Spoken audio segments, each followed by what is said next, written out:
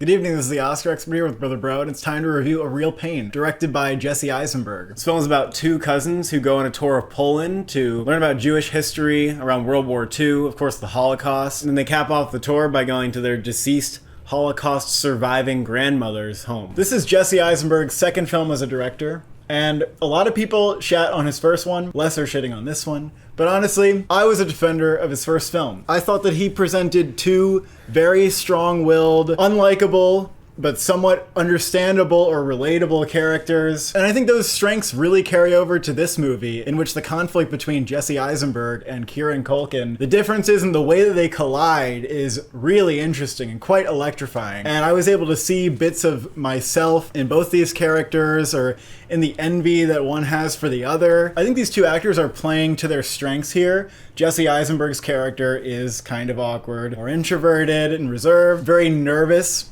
And Kieran Culkin's character is very energetic, blurts out what he feels that he needs to blurt out, kind of a live wire. But I think there's something to be said about actors that are just playing to their strength and bringing their personalities to the roles. Yeah. Especially Kieran Culkin here. I mean, I feel like this is a tour de force performance. He's so unexpected, like not only, with the character on paper, do you not really know what he's going to do next? But Kieran Culkin takes that aspect of the character to a whole other level, just with his mannerisms and how he says certain lines where you just absolutely don't know what he will do next or how he will say something. His performance is completely magnetic, and it kind of wraps the audience up. You kind of love both of these characters, and at the same time, as their inner demons and their flaws get exposed and brought to the surface, you get even more interested in how these people became who they are and like what exactly is their dynamic. Because though Kieran Culkin is incredibly likable, there are many parts of him where you're very conflicted about like why he says certain things, or whether he's being rude, or like how could he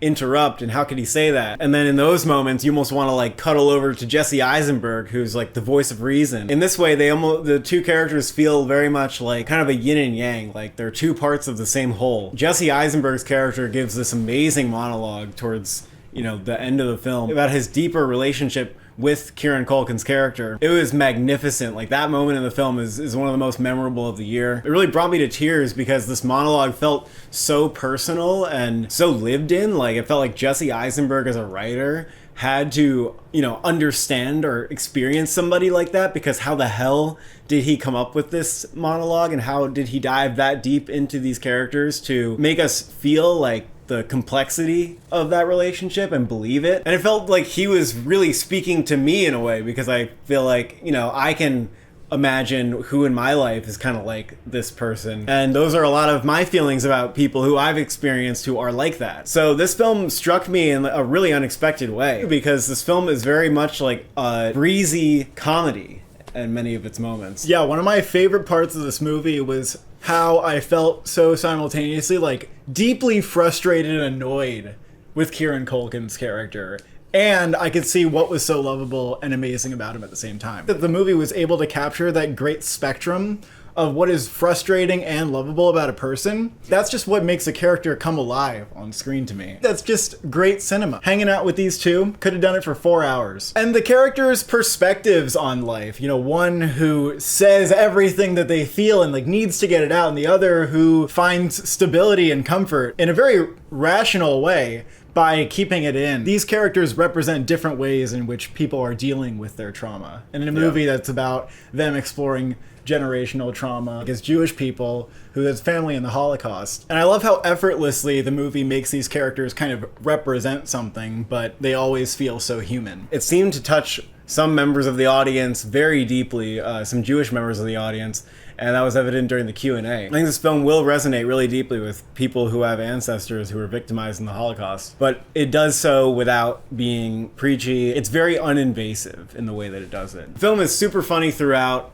Like, it had, many scenes where I was laughing. Kieran Culkin's responsible for, probably like 80% of the laughs here. Yeah. I do feel like it was a step up from his first film, even though I like his first film a lot. And I think the difference is that the characters in the first film, you're kind of judging them. Like, you know what's wrong with them, and you know what they can do to fix it.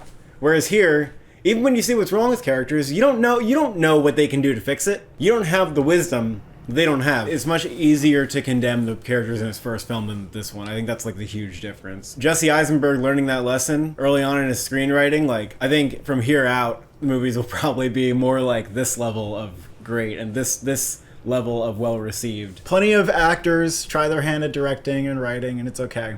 But I feel like Jesse Eisenberg has a really humanistic voice. He's very insightful too. Like in the Q&A, he was just super full of ideas. And he's really funny. The biggest criticism I would have for the movie is that, like, there's too much Claire de Lune. And that's not really that big of a deal to me. I would give the movie a 9 out of 10. It was definitely one of the best things I saw at Sundance. This could be like a really strong 8 or a 9 for me. I don't really know. I also want to say that I feel like Kieran Culkin was so good in this movie that he should be in the awards conversation next year. I don't know if it's gonna happen. I mean, I think it definitely helps that, like, he just had a good awards run with Succession, and now people might want to kind of bring him in with the film. But I think the movie doesn't feel like it's getting any Oscar nominations. Just in general, it doesn't have that feeling. But I just want to advocate for it and say that he should get a Golden Globe nomination, like, at the very least in comedy actor. Yeah, you could give this movie like best actor, best screenplay, and I'd be pretty happy with it. Thank you for watching. Thank you for subscribing. Is your pain real?